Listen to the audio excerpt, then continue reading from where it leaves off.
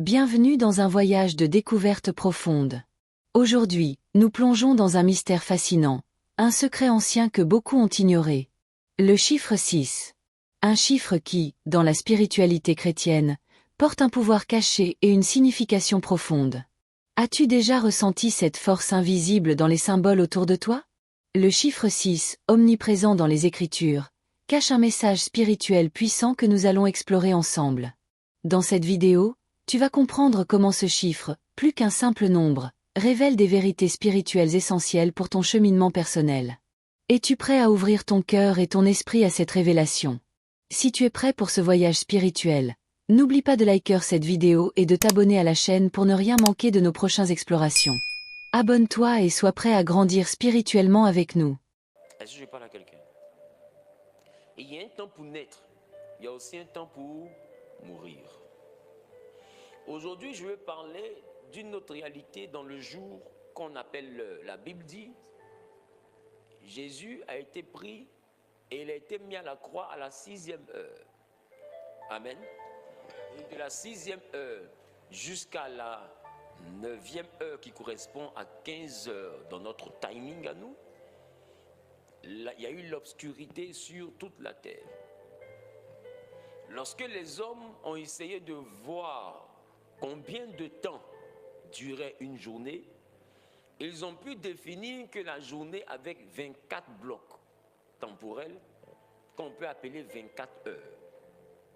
Chaque heure ayant 60 minutes et chaque minute ayant 60 secondes et chaque seconde ayant 60 tierces. Donc, on a remarqué que lorsque nous sommes au niveau de la journée, nous avons 24 heures. Amen. Nous avons 24 heures. Mais lorsque nous sommes dans la période d'apparition de la lumière, nous sommes majoritairement à 12 heures. Sauf dans certains fuseaux horaires où, à cause du climat, il peut arriver que le soleil se couche à minuit ou à 23 heures, lorsque c'est en été. Donc, en moyenne, nous avons 12 heures de lumière et 12 heures d'obscurité. De 6 heures à 18 heures, il fait très jour. Et puis, majoritairement, dans la période de 18 heures, on a un crépuscule. Et puis on fait encore de 18 heures à 6 heures, il fait très sombre. Donc, du coup, on a 12-12. Donc, vous voyez que les 24, lorsque tu additionnes les 24, on a combien? 2 plus 4. On a 6. Maintenant, on a 12-12. Les 12-12 que nous avons en termes d'heures de lumière, chaque heure correspond à 60 minutes. 24 là, ça faisait 2 plus 4, ça faisait combien? Ça faisait 6. Maintenant, chaque heure a combien de minutes? 60. 0 plus 6, ça donne 6. Chaque minute a combien de secondes? 0 plus 6. Chaque tierce, la seconde a combien de tierces? 0 plus 6. Donc vous voyez que le jour a 24 heures, ça fait 6. Les heures ont 60 minutes, ça fait 6. Les jours, les minutes ont 60 secondes, ça fait 6. Les tierces, les secondes aussi ont 60 tierces, ça fait 6. Et même si on veut aller encore au-delà, ça reste toujours 60. Vous remarquerez donc qu'il y a une dimension dans le 6. Amen. Je peux commencer? Il y a une dimension dans le 6 qui fait que même plus tard, quand Jésus va choisir ses disciples, vous voyez que dans 70 disciples, il va choisir 12. Qui a remarqué ça? Ça ne vous rappelle pas un chiffre encore? Lorsque il choisit 12, le jour où Dieu veut faire son peuple, à ce peuple-là, il donne 12 tribus. N'est-ce pas?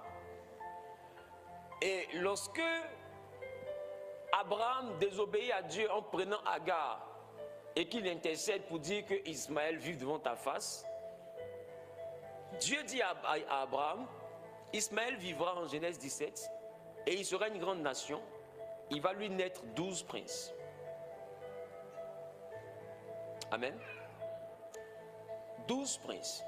Et bizarrement, quand je regarde les 12 princes d'Ismaël, plus les 12 princes de Jacob, ça fait 24 princes. Et ça revient encore à 6.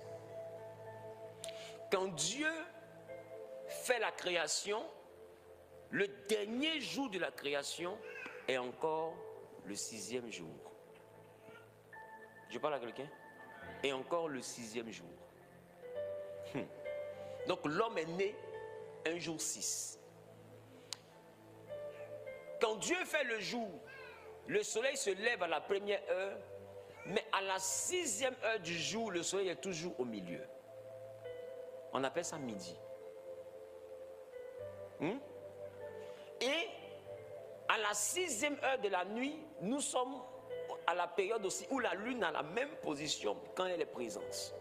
On appelle ça minuit. Donc vous voyez que le jour comme la nuit sont séparés par le 6.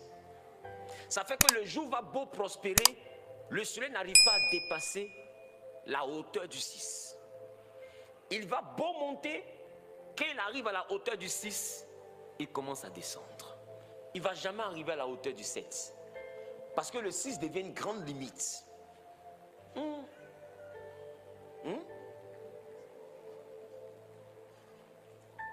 Est-ce que je parle à quelqu'un qui remarque qu'il y a trop de 6 dans la création? Ah, maintenant tu viens de remarquer. Vous voyez? Donc, il va beau monter, il ne dépasse jamais le 6. Et puis après, qu'est-ce qu'il fait? Il chute. Et après, il soupire après l'endroit où il doit se lever de nouveau. Et il va beau monter encore. Il ne dépasse pas le 6. Et il redescend. C'est bon? Je me suis mis à analyser tout ça. Pas en lisant, pas en étudiant, mais en méditant.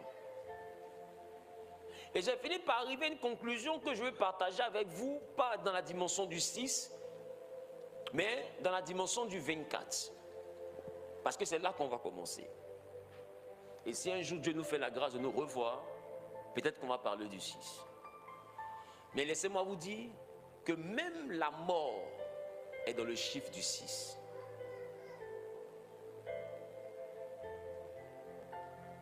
Dieu a dit, le jour où vous mangez de ce fruit, ce jour-là, vous mourrez.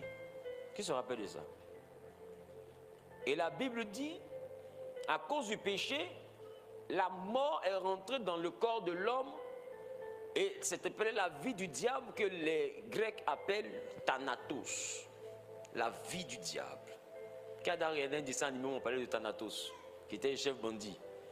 Effectivement, Thanatos, c'est une réalité du monde spirituel qu'on appelle la vie du diable. C'est quoi vous avez remarqué dans ce film-là, les gens buvaient un liquide noir et puis ils avaient automatiquement la vie, c'était un peu comme les zombies, comme ça. C'est ça la vie du diable. Donc c'est inspiré d'une réalité biblique. Je parle à quelqu'un? Donc quand l'homme pêche, qu'est-ce qui habite son corps? Qu'est-ce qui habite son corps? La mort. C'est ça qu'on appelle la vie du diable. Maintenant, Dieu met en nous un souffle de vie. À quoi correspond le souffle? À respirer. Un bon pour lui. Maintenant, quand nous respirons, qu'est-ce que ce souffle fait? Il nous maintient en vie. Ce qui fait qu'un homme va beau être dans le coma, tant que le souffle est là, il ne pourrit pas. Qui est d'accord avec ça? Donc l'homme peut faire 12 ans de coma même. Tant qu'il respire, ça va. On se comprend? Tout va bien. Même s'il ne parle pas, mais ça va. Il est là. Amen. Il peut se réveiller à tout moment. C'est le moment là qu'on ne connaît pas. Amen. Donc, qu'est-ce que j'essaie de dire? Ce que j'essaie de dire, c'est que en respirant, il y a 2 mouvements respiratoires qu'on nous a appris à l'école. Le premier mouvement, l'inspiration. Prendre l'air de l'extérieur vers l'intérieur.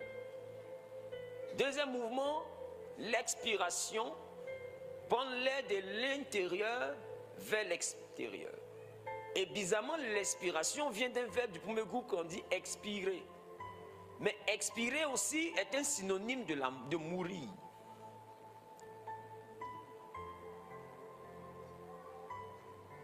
Voilà pourquoi la Bible dit, il poussa un cri et il expira à la croix. Donc, expirer, c'est le synonyme de mourir. Mais ma question, donc ça veut dire que lorsqu'on expire, on meurt. Et lorsque le souffle rentre dans nos narines, on reprend vie. La Bible dit que Dieu mit dans les narines un souffle, l'homme devient un être vivant. Celui qui expire meurt, quand il n'a plus de souffle qu'il inspire, il reste mort. Ce qui fait de la respiration une mort et une résurrection. Voilà pourquoi les Grecs et les Hébreux, quand ils parlent de résurrection, ils ne parlent pas de revenir d'entre les morts. Ils parlent de reprendre le circuit de nouveau. Qui comprend ce qu'ils sont en train de dire? Se lever de nouveau, fonctionner de nouveau. Est-ce que je parle à quelqu'un? Où je vais aller? Quand nous respirons, nous inspirons quoi? L'oxygène. Formule chimique. Et... papa, je ne dis pas ça dans le micro. Formule chimique. O2. Un bon pour vous. Et puis, ensuite, lorsque O2 entre dans le corps, O2 va où? Dans les poumons. Là-bas, O2 va faire quoi? O2 va faire quoi? O2 va oxygéner le corps. Il y a une partie de O2, environ 20% de O2, qui va retourner vers le cerveau pour oxygéner le cerveau, pour permettre au cerveau de réfléchir. Voilà pourquoi le cerveau ne fonctionne pas au sang, le cerveau fonctionne à l'oxygène. Et quand une veine de sang explose et que le sang se retrouve dans le cerveau, on dit qu'il a fait un AVC et ça peut détruire des fonctions cérébrales. Parce que le cerveau fonctionne à l'oxygène. Est-ce que je parle à quelqu'un? On se comprend? Et c'est biblique. Dieu avait déjà dit ça avant que les scientifiques ne nous disent ça. Dieu a dit, or en l'homme, dans le livre de Job, c'est l'esprit, le souffle de Dieu vivant qui procure l'intelligence. Dieu a déjà dit, avant que la science même ne tout. En réalité, la science allait fouiller dans la Bible et ils ont essayé de démontrer ce que Dieu a dit. Parce qu'il a dit ça avant eux. Qui comprend ce que je suis en train de dire? La Bible a parlé d'atomes avant qu'on découvre l'atome. La Bible a dit, il n'avait même pas encore formé le premier atome de la poussière. Et c'est dans l'Ancien Testament. Et l'Ancien Testament, c'est la préhistoire. On se comprend? Donc, avant qu'on ne parle même d'atomes, de manipulation atomique et de bombes atomiques, la Bible avait déjà parlé d'atomes. On se comprend? Mais lorsqu'on respire, on prend eau et eau rentre dans le corps. C'est ça? C'est ça? Et puis, eau va partir oxygéner le sang, c'est ça? Travailler au niveau du cerveau. Et puis eau ressort, c'est ça? Quand eau ressort, il ressort sous quelle forme? CO2. Il est rentré comment? Il est sorti comment? C, il était où?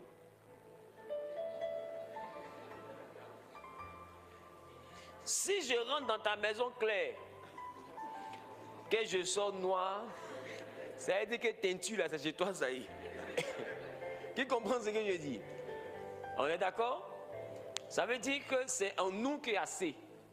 Et C, c'est la formule chimique du carbone.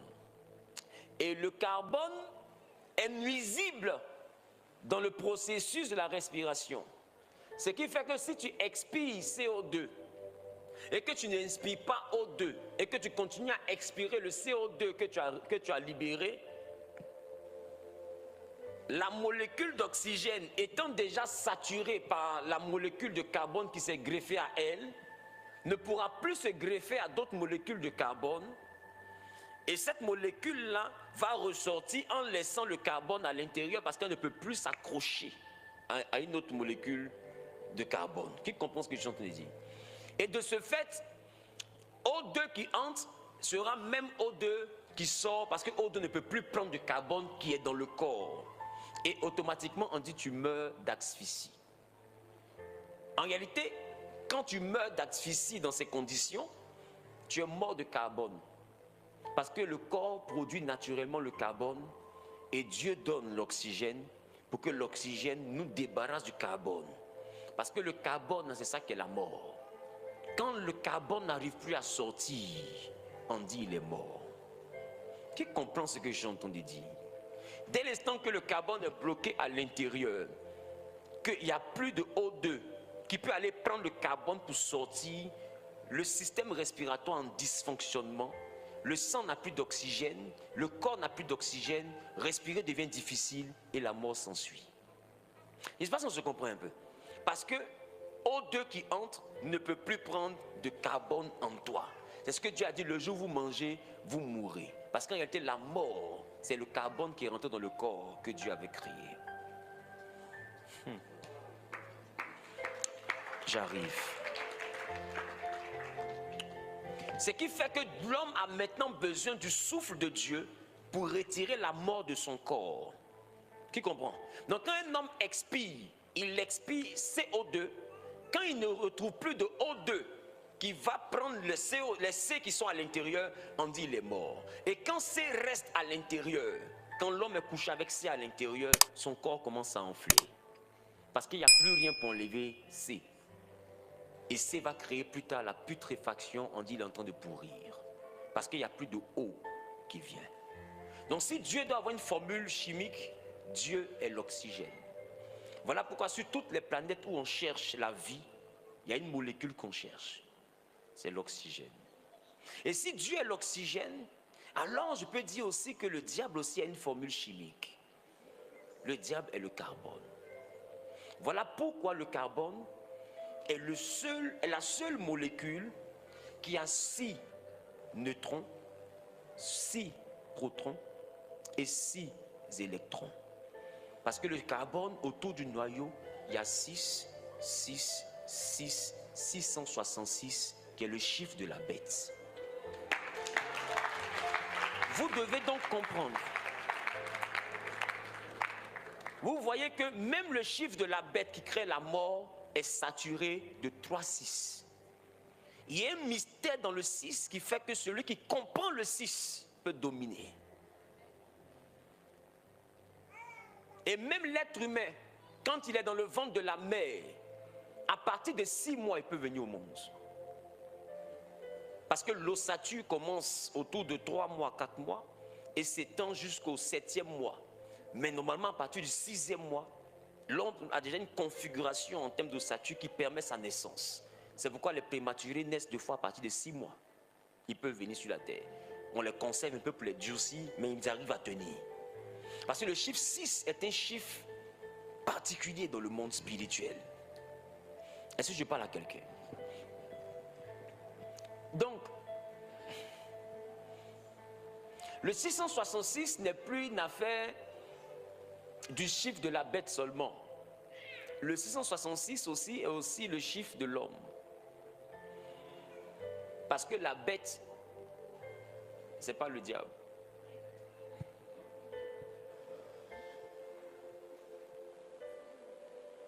La bête, c'est l'homme.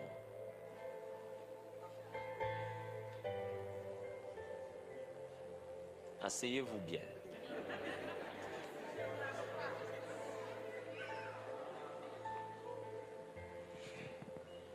Le 666, l'homme a 3 parties, corps, âme et esprit.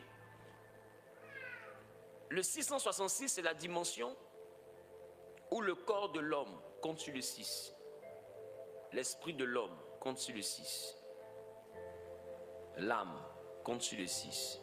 L'homme a été créé le quelième jour. Il est prêt pour naître au quelième mois. Le sommet du soleil, à 6e heure. Le sommet de la lune. Parce qu'en réalité, le 6, c'est la hauteur de l'orgueil. Et Dieu a donné une limite à l'orgueil. En réalité, le chiffre de la bête, c'est le chiffre qui contamine l'homme qui se dit, en esprit, je n'ai pas besoin de Dieu. Pour ma lignée, je n'ai pas besoin de Dieu. Et physiquement, je n'ai pas besoin de Dieu. Le 666, c'est le chiffre qui fait, c'est le chiffre de l'homme qui fait la promotion de l'homme sans Dieu. C'est pourquoi vous avez remarqué de plus en plus, les mystiques commencent à vous faire croire en vos capacités. Ils vous font croire en l'intelligence. Ils vont vous faire croire dans un potentiel humain, la capacité humaine. L'homme commence à compter sur lui-même et on lui apprend à compter de moins en moins sur Dieu. Et d'autres se disent, le signe de la bête, ça serait un tatouage qu'on va mettre sur toi. Non, ce n'est pas un tatouage qu'on va mettre sur toi, c'est un tatouage qu'on va mettre dans ton esprit. Pour te faire croire que sans Dieu, tu peux évoluer. Ça s'appelle l'orgueil. Et c'est le même péché qui a été retrouvé chez Lucifer. L'orgueil. Il s'est dit que sans Dieu, il pouvait continuer à régner. Il a même voulu se lever contre Dieu. Résultat des courses, il est tombé. Donc, vous devez comprendre que notre Dieu est la base de l'humilité. Et quand tu penses que Dieu est nécessaire pour toi et pour ton élévation, alors tu es délivré du chiffre de la bête. Celui qui n'a pas le chiffre de la bête, c'est celui qui croit qu'il ne peut rien sans Dieu. Qui comprend ce que je t'en dis?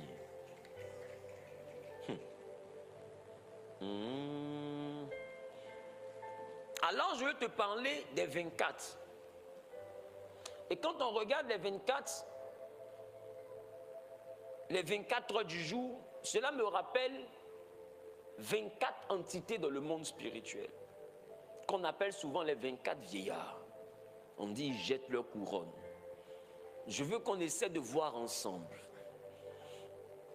qu'est-ce qui peut se passer autour de ces 24-là et quelle est la configuration des journées et comment est-ce qu'on peut faire un lien entre ces 24-là et les 24 heures et ensuite essayer de comprendre le rôle de chaque être des 24 parce que les 24 là en réalité sont des éléments qui recueillent les prières.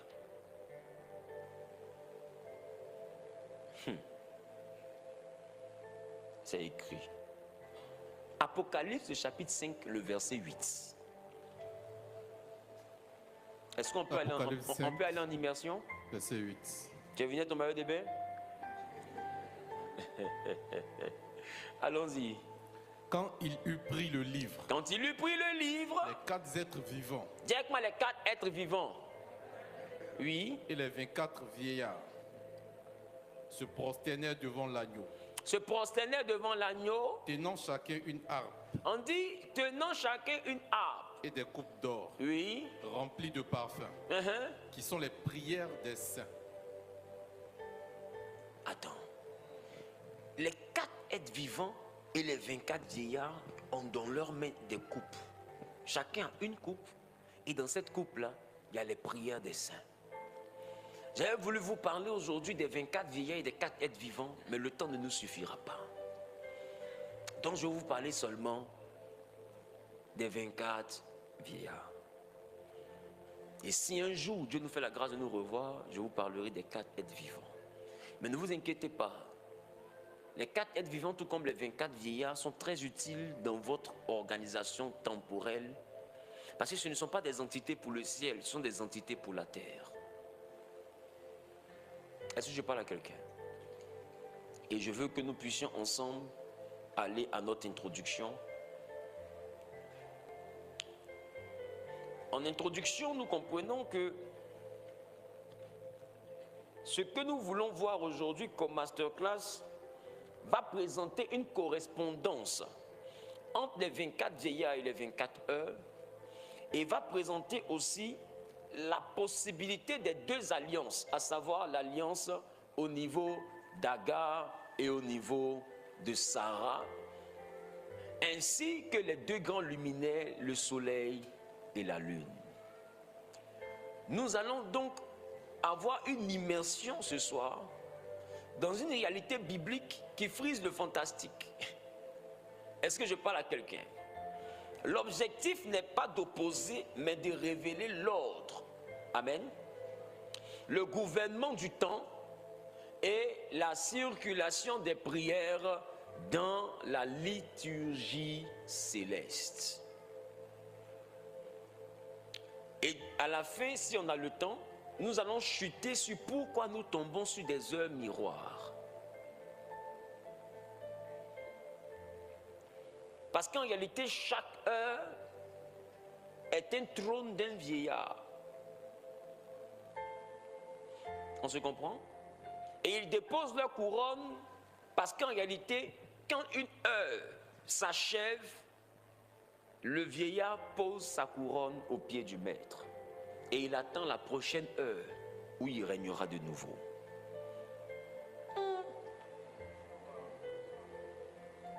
En réalité, déposer la couronne, c'est déposer le sacerdoce et passer le flambeau au prochain vieillard.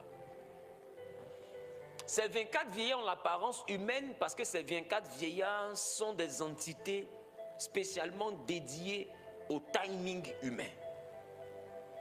Ils n'ont pas de fonction angélique. Dans leurs mains, il y a les prières des saints. Les 4 êtres vivants sont à peu près dans cette configuration, mais dans une autre dimension. J'aurais pris plaisir à vous expliquer ces choses, mais je pense que Dieu permettra. Alléluia. Étymologie et identité des 24 vieillards.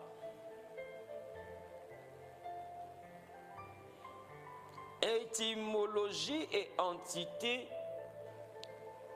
des 24 vieillards. Les 24 vieillards en grec, est-ce que tu peux mettre ça en entier, s'il te plaît? Les 24 vieillards, selon le grec, ça va te parler de presbytéroi. Ça ne te rappelle pas un mot pour toi qui es peut-être catholique? Presbytère.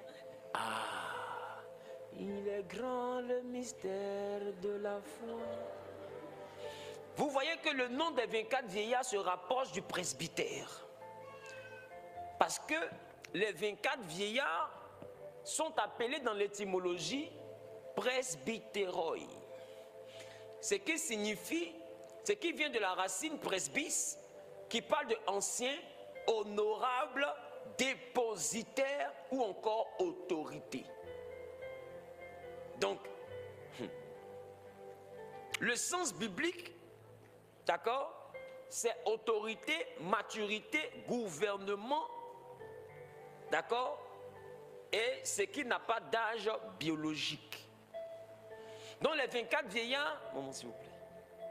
S'il vous plaît. Donc les 24 vieillards, c'est un gouvernement.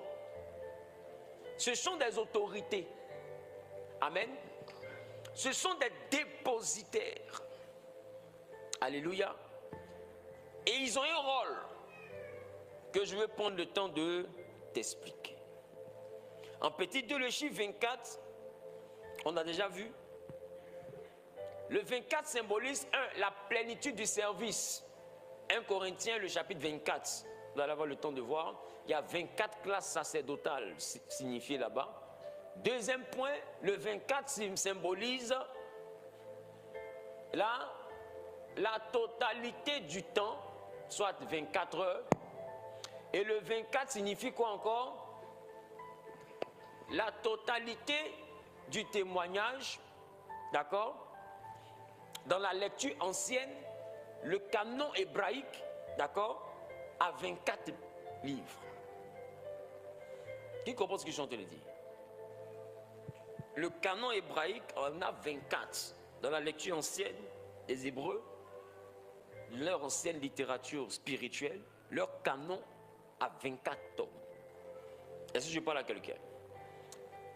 Donc, en conclusion, les 24 vieillards sont des administrateurs du temps sacré, des offices, plus que des individus isolés. Donc, ce sont des administrateurs. Dites-moi des administrateurs. Dans le grand 3, nous allons avancer parce que nous sommes dans une classe. Quand j'étais en train de me préparer et puis j'étais en train de venir,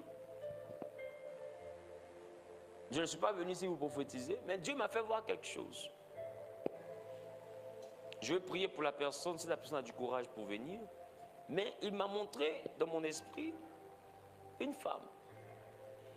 Et cette femme-là, elle a un problème, elle a un mal. Dans son cœur, elle souhaite me rencontrer même pour me parler de ça. Sauf que Dieu ne veut pas qu'elle me rencontre.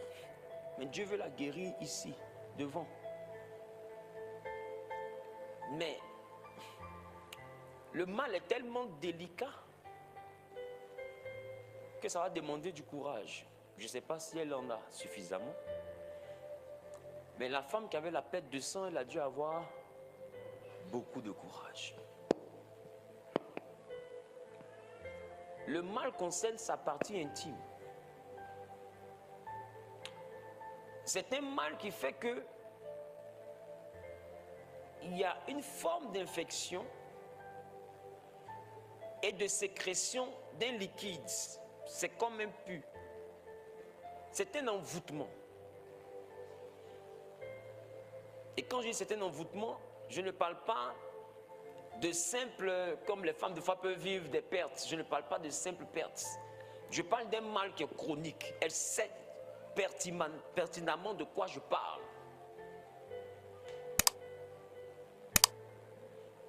Et elle est avec nous. Dieu veut la guérir. Dieu veut la guérir. Si et seulement si elle a la force de s'avancer.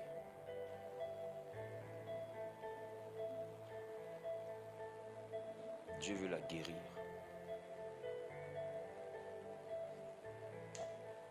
Je ne veux pas de caméra si jamais la personne a du courage de venir. Mais Dieu veut la guérir. Voilà, il n'y a pas de caméra là-bas. Donc c'est les quelques yeux d'ici là, tu vas peut-être... Moi je préfère la petite honte que la grande honte.